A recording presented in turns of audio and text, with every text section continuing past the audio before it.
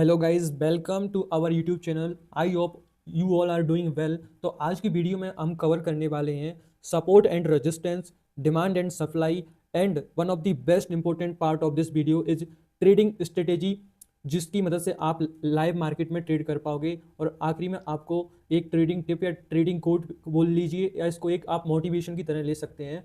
इन सभी टॉपिक को आज की वीडियो में हम डिस्कस करने वाले हैं। और मेरा आपसे वादा है कि आज की वीडियो देखने के बाद आपको सपोर्ट एंड रेजिस्टेंस में कोई भी दिक्कत नहीं आने वाली। तो देन लेट स्टार्ट।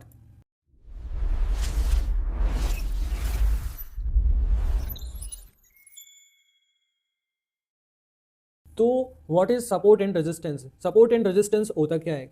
तो गाइस, जैसे कि नाम से ही क्लियर है, सपोर्ट सपोर्ट जो चीज़ आपको, इसको आप रियल लाइफ में एग्जांपल में देखिए, रियल लाइफ में आप इसको रिलेट कर पाओगे। जो व्यक्ति आपको सपोर्ट करता है तो वो क्या कर रहा है? वो आपकी हेल्प कर रहा है, आपको आगे बढ़ने में, आपको ग्रोथ करने में हेल्प कर रहा है। और रेजिस्टेंस, जो व्यक्ति आपको पीछे यानी आपको आगे नहीं बढ़ने दे रहा, जो आपकी प्रोग्रेस में रुकावट बनना है, उस चीज़ को अपन रेजिस्टेंस बोलते हैं। ठीक है।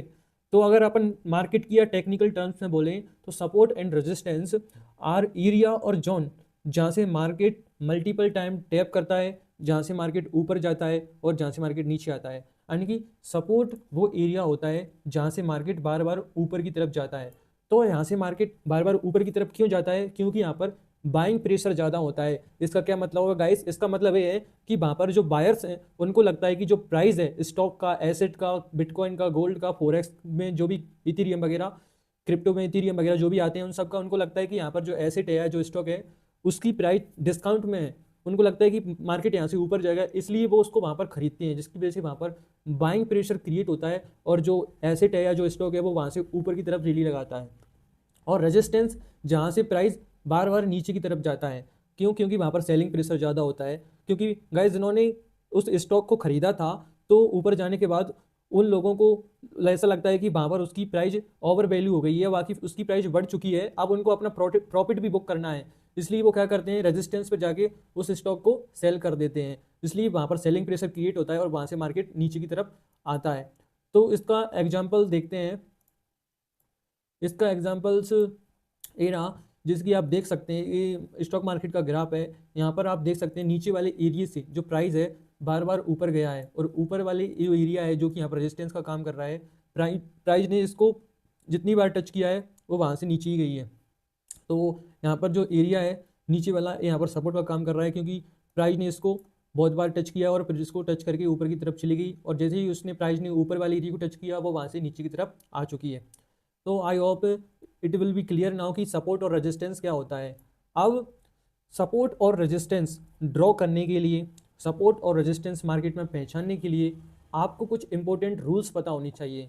उन रूल्स को समझने के बाद मैं आपको लाइव मार्केट में सपोर्ट एंड रेजिस्टेंस की प्रैक्टिस करवाऊंगा, जिसकी हेल्प से आप लाइव मार्केट में सपोर्ट एंड रेजिस्टेंस को ड्रॉ कर पाएंगे।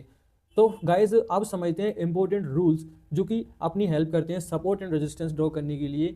इसमें सबसे पहला रूल्स है अपना day high and day low. Day high and day लो भी सपोर्ट एंड रेजिस्टेंस की तरह काम कर सकता है। कैसे? जैसे कि आप आज मार्केट में ट्रेड कर रहे हैं तो आपको प्रीवियस डे या उससे कुछ पहले दिनों की जो डेज का हाई लगा था उस एरिया को मार्क करना है, जैसे कि यहाँ पर मैंने मार्क कर दिया, और उस एरिया के लो को मार्क करना है। ठीक है।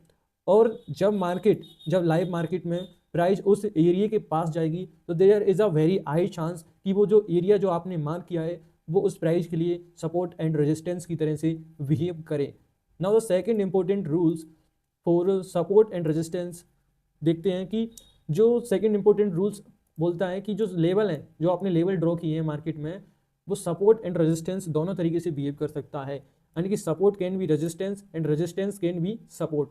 कैसे?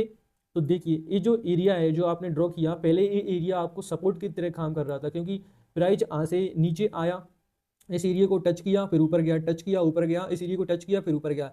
लेकिन जब फोर्थ टाइम प्राइस इस एरिया पर आया तो इस एरिया को टच करके ऊपर नहीं गया, वहाँ से प्राइस इस एरिया को ब्रेक करके नीचे की तरफ आ गया। तो जब जैसे ही ये नीचे की तरफ आया और जैसे ही अब उस एरिया को टच करने गया तो उस एरिया को क्रॉस नहीं कर पाया, उस एरिया को टच करके नीचे आ गया। तो अब ये एरिया इसके लिए रेजिस्टेंस की तरह से बिहेव कर रहा है। तो नाउ जो पहले जो सपोर्ट की तरह काम कर रहा था वो एरिया अब इसके लिए रेजिस्टेंस की तरह से बिहेव कर रहा है। यानी कि गाइज अगर कोई भी सपोर्ट एंड रेजिस्टेंस मार्केट में एक बार अगर ब्रेक हो जाए तो वो एरिया अगर सपोर्ट था तो फिर वो रेजिस्टेंस की तरह से बिहेव करता है, और अगर वो एरिया रेजिस्टेंस था तो वो एरिया फिर उसके लिए सपोर्ट की तरह से बिहेव करता है। इसकी प्रैक्टिस हम लाइव मार्केट में अभी देखेंगे, लेकिन उससे पहले इसका थर्ड रूल और देखते हैं सपोर्ट एंड रेजिस्टेंस का। तो ट्रेंड लाइन, थर्ड रूल बोलता है अपना कि जो ट्रेंड लाइन होती है, trend line can be both अपने लिए सपोर्ट एंड रेजिस्टेंस का, ट्रेंड लाइन भी सपोर्ट एंड रेजिस्टेंस की तरह से बिहेव करती है। तो फ्रेंड्स अगर आपको पता नहीं है कि ट्रेंड लाइन क्या होती है तो डोंट वरी, अगला वीडियो में आपके लिए ट्रेंड लाइन के ऊपर ही लाने वाला हूँ। तो अभी आपके लिए एक सिंपल शब्दों में ये समझ लीजिए कि ऐसी लाइन जो कि मार्केट में ट्रेंड को शो करे कि मार्केट अप ट्रेंड में है कि डाउन ट्रेंड में है, उसको अपन ट्रेंड लाइन बोलते हैं। जिसकी आप देख सकते हैं यहाँ पर जो जो ट्रेंड लाइन है, ये ट्रेंड लाइन आप ट्रेंड में मार्केट है और ये ट्रेंड लाइन फॉर्म हुई, तो इस प्राइज ने मल्टीपल टाइम इस लाइन को टच किया और यहाँ से ऊपर गई, फिर से इसने इस लाइन को टच किया और फिर से ऊपर गई। और आप तो इस जो नीचे वाली लाइन है ये इस प्राइज के लिए सपोर्ट की तरह से बिहेव किया, और जो ऊपर वाला जो लाइन है इस ट्रेंड लाइन ने इस प्राइज के लिए यहाँ पर रेजिस्टेंस का काम किया, क्योंकि मार्केट इस प्राइज को ब्रेक नहीं कर पाई और यहाँ से रेजिस्ट करके नीचे की तरफ अपना मूवमेंट शो किया। ठीक है। तो now guys let's do practice in the live market so that आप उसको अच्छी से समझ सको। ठीक है, तो मैं आपको अपना ट्रेडिंग व्यू का चार्ट निकाल के बताता हूँ और प्रैक्टिस करवाता हूँ। तो ये अपने आ चुके हैं अपने ट्रेडिंग व्यू पर, आप देख सकते हैं यहाँ पर जो एरिया है ये वाला, इसने यहाँ पर सपोर्ट की तरह काम किया है, क्योंकि मार्केट यहाँ से एक बार ऊपर गया, फिर इस एरिया पर टच किया, फिर से ऊपर गया, लेकिन जब तीसरी बार यहाँ पर आया तो इसने इस एरिया को ब्रेक कर दिया और फिर इस एरिया पे यहाँ पर ये रेजिस्टेंस की तरह काम किया और फिर इसको टच करके नीचे की तरफ चला गया। और अगर मैं इस एरिया को आगे बढ़ा देता हूँ तो आप देख सकते हैं कि ये एरिया पहले सपोर्ट था, अब इस एरिया ने यहाँ पर रेजिस्टेंस की तरह काम किया है, क्योंकि मार्केट मल्टीपल टाइम इस एरिया को टच करके नीचे जा रहा है और अब इसने इस एरिया को ब्रेक कर दिया, तो अब ये एरिया यहाँ पर सपोर्ट की तरह काम कर रहा है। अभी मैं आपको गोल्ड के चार्ट में भी एनालाइज करके दिखाता हूँ। ये मैंने गोल्ड का चार्ट ओपन कर लिया है, इसमें आप देख सकते हैं जैसे कि यहाँ पर जो ट्रेंड लाइन बनी हुई है, ये ट्रेंड लाइन यहाँ पर सपोर्ट की तरह काम कर रही है, क्योंकि जो मार्केट है वो यहाँ से टच करके बार बार यहाँ से टच करके ऊपर गया है, क्योंकि मार्केट अप ट्रेंड में है, इसलिए ये ट्रेंड लाइन यहाँ पर फॉर्म हुई है। ठीक है, तो गाइज अभी मैं आपको 4 आवर टाइम फ्रेम में बताता हूँ, जो कि मोस्ट इंपॉर्टेंट टाइम फ्रेम होता है जो लोग स्विंग ट्रेड करते हैं उनके लिए। और तो आप देख सकते हैं 4 आवर टाइम फ्रेम में यहाँ पर जो एरिया मैं देख पा रहा हूँ, ये वाला यहाँ पर सपोर्ट की तरह काम कर रहा है। इसको ड्रॉ करते हैं, रेक्टेंगल लेना है आपको, यहाँ से ये एरिया यहाँ पर सपोर्ट की तरह काम कर रहा है, क्योंकि इसने यहाँ पर इसको मल्टीपल टाइम टच किया है और फिर मार्केट अप ट्रेंड में चला गया है। तो फ्रेंड्स अब अपना जो डिमांड एंड सप्लाई वाला कवर करना है, what is demand and supply. तो मार्केट में डिमांड एंड सप्लाई क्या होता है, तो फ्रेंड्स डिमांड एंड सप्लाई भी सपोर्ट एंड रेजिस्टेंस की तरह ही होता है। मार्केट में जो डिमांड होता है उसको अपन बोलते हैं, जो आपने सपोर्ट एरिया देखा उसको डिमांड एरिया बोलते हैं, और जो सप्लाई एरिया देखा उसको रेजिस्टेंस बोलते हैं। ये बिल्कुल demand zone is a area where buying take place in the market में, बिल्कुल सपोर्ट की तरह जहाँ पर बाइंग टेक प्लेस होती है वो डिमांड जोन एरिया होता है, क्योंकि मार्केट वहाँ से ऊपर जाता है। और सप्लाई जोन एरिया होता है जहाँ से मार्केट में सेलिंग आती है। तो ये कुछ नया कॉन्सेप्ट नहीं है फ्रेंड, ये सिंपली सपोर्ट एंड रेजिस्टेंस का थोड़ा हायर टेक्निकल टर्म है। Demand zone and supply zone, demand zone जहाँ से मार्केट ऊपर जाए यानी कि सपोर्ट, और सप्लाई जोन जहाँ से मार्केट डाउन साइड मूवमेंट दिखाए यानी कि रेजिस्टेंस। तो अभी मैं आपको इसको भी मार्केट में लाइव प्रैक्टिस करके दिखाता हूँ कि डिमांड जोन और सप्लाई एरिया को same to same support and resistance को आप कैसे पहचानोगे। फिर से बताता हूँ, जैसे कि ये जो एरिया था अपना, ए वाला एरिया, इसको आप डिमांड जोन बोलोगे, और ये जो एरिया था अपना जहाँ से मार्केट ने नीचे की तरफ मूवमेंट शो किया मल्टीपल टाइम इसको टच करके, इसको अपन बोलेंगे सप्लाई जोन।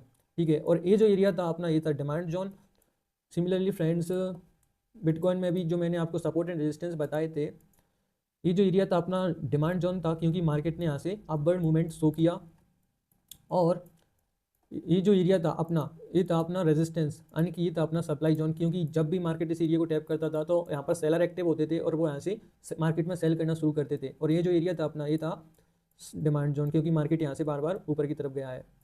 इसी प्रकार ये भी अपना डिमांड जोन था, ये अपना सप्लाई जोन था, यानी सप्लाई जोन की तरह से बिहेव किया था इस ट्रेंड लाइन ने फ्रेंड्स।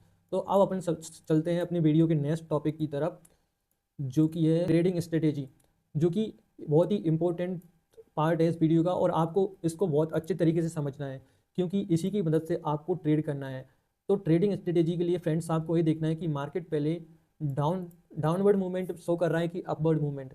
अगर मार्केट अपना डाउन ट्रेंड में है तो आपको इस स्ट्रेटेजी को अप्लाई करना है रेजिस्टेंस वाले एरिया पर, यानी कि आपको रेजिस्टेंस वाले एरिया पर आना है। आपको देखना है कि मार्केट ने यहाँ पर एक बार टच किया, और जैसे ही दूसरी बार या तीसरी बार टच करे तो आपको उस रेजिस्टेंस वाले एरिया पर देखना है, वहीं पर आपको एंट्री लेनी है।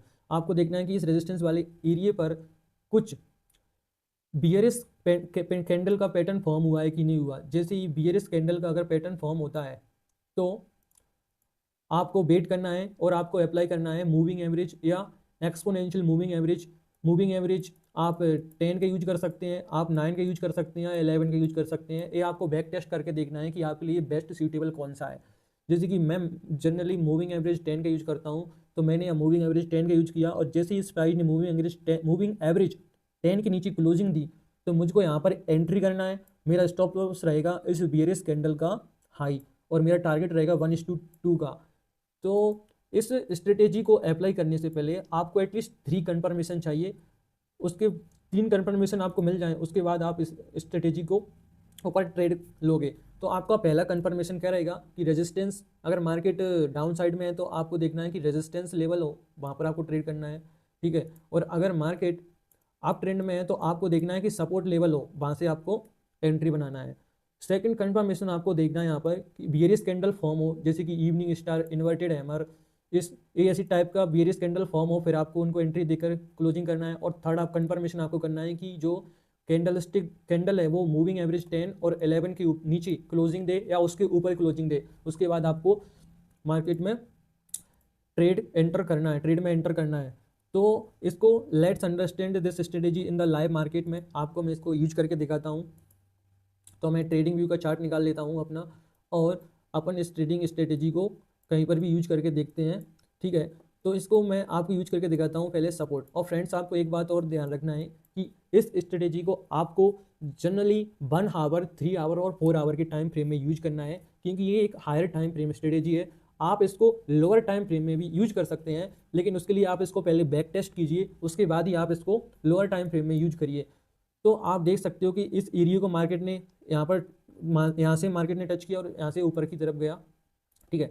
मार्केट अभी थोड़ा अपवर्ड मूवमेंट शो कर रहा है, तो मैं स्ट्रेटेजी को सपोर्ट पर अप्लाई करता हूँ। मार्केट फिर से यहाँ पर आया, उसने इसको टच किया और फिर से यहाँ पर ऊपर की तरफ मूवमेंट शो किया। अब मैं इस स्ट्रेटेजी को यूज करूँगा यहाँ पर। जिस ही मार्केट ने इस सपोर्ट एरिया को टच किया और अपना जो मूविंग एवरेज 10 है उसके ऊपर क्लोजिंग दे दी, तो उसी कैंडल के ऊपर अपन को एंट्री लेना है, और उस कैंडल है उसके लो का अपन को स्टॉप लॉस रखना है, और 1:2 का टारगेट रखना है, ठीक है। और आप देख सकते हैं कि अपना 1:2 का टारगेट अचीव हो गया है यहाँ पर, ठीक है। अगर आप होल्ड करते तो आपको और भी टारगेट मिल सकता था, ठीक है। बट ये आपको तभी करना है जब आप इसको बैक टेस्ट कर लो। और फ्रेंड्स एक बात और, अगर जैसे ही आपका 1:1 का टारगेट अचीव हो जाए, तो आपका जो स्टॉप लॉस है उसको आपको ब्रेक इवन पर करना था। इस ट्रेड में आपका ब्रेक इवन पर आप आउट हो जाते, ठीक है। ब्रेक इवन करना है, और ब्रेक इवन करने के बाद आपको 1:1 पर होल्ड करना है, ठीक है। अभी और एग्जांपल लेते हैं, आप इसको कहाँ पर अप्लाई कर सकते हो। अब मैं आपको इसे रेजिस्टेंस में अप्लाई करके दिखाता हूँ।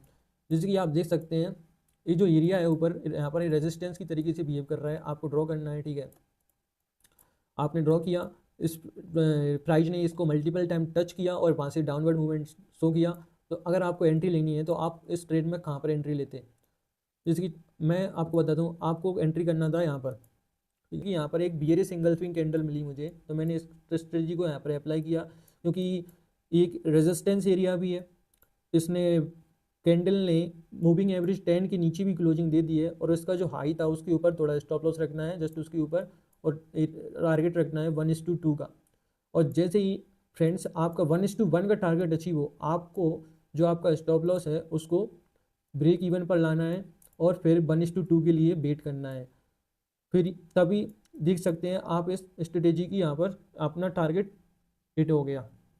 आई विल एक्सपेक्ट यू कि आप इस स्ट्रेटेजी को आप लाइव मार्केट में आएँ और आप इसको बैक टेस्ट करें। आप इसको अच्छे से समझने के बाद आप इस पर ट्रेड कीजिए और फिर कमेंट में बताइए कि इस पर आपकी एक्यूरेसी कैसी है।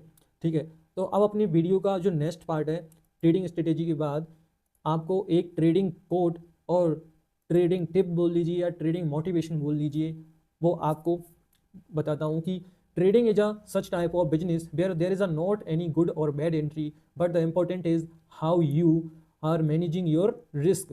आप अपने रिस्क को किस तरीके से मैनेज कर रहे हो फ्रेंड्स, ये ज़्यादा इंपॉर्टेंट होता है ट्रेडिंग्स में। बिकॉज जो आप ट्रेड लेते हैं ना आपको पता होता ना हमको पता होता कि इसमें अपना टारगेट हिट होगा कि स्टॉप लॉस हिट होगा। तो friends always manage your risk before entering into the trades. तो फ्रेंड्स आई होप ये वीडियो आपको अच्छा लगा होगा। अगर आपको अच्छा लगा है तो हमारे चैनल को सब्सक्राइब कीजिए और वीडियो को लाइक कीजिए और एक प्यारा सा कमेंट ज़रूर करना, और इसमें आपको बताना है कि आपको नेक्स्ट वीडियो किसके ऊपर चाहिए और कौन सा पार्ट आपको वीडियो का सबसे अच्छा लगा, ये कमेंट करके ज़रूर बताइए। और फ्रेंड्स ये जो मैंने पीपीटी है इसका आपको पीडीएफ हमारे टेलीग्राम चैनल पर मिल जाएगा, जिसका लिंक मैं आपको डिस्क्रिप्शन बॉक्स में दे दूंगा।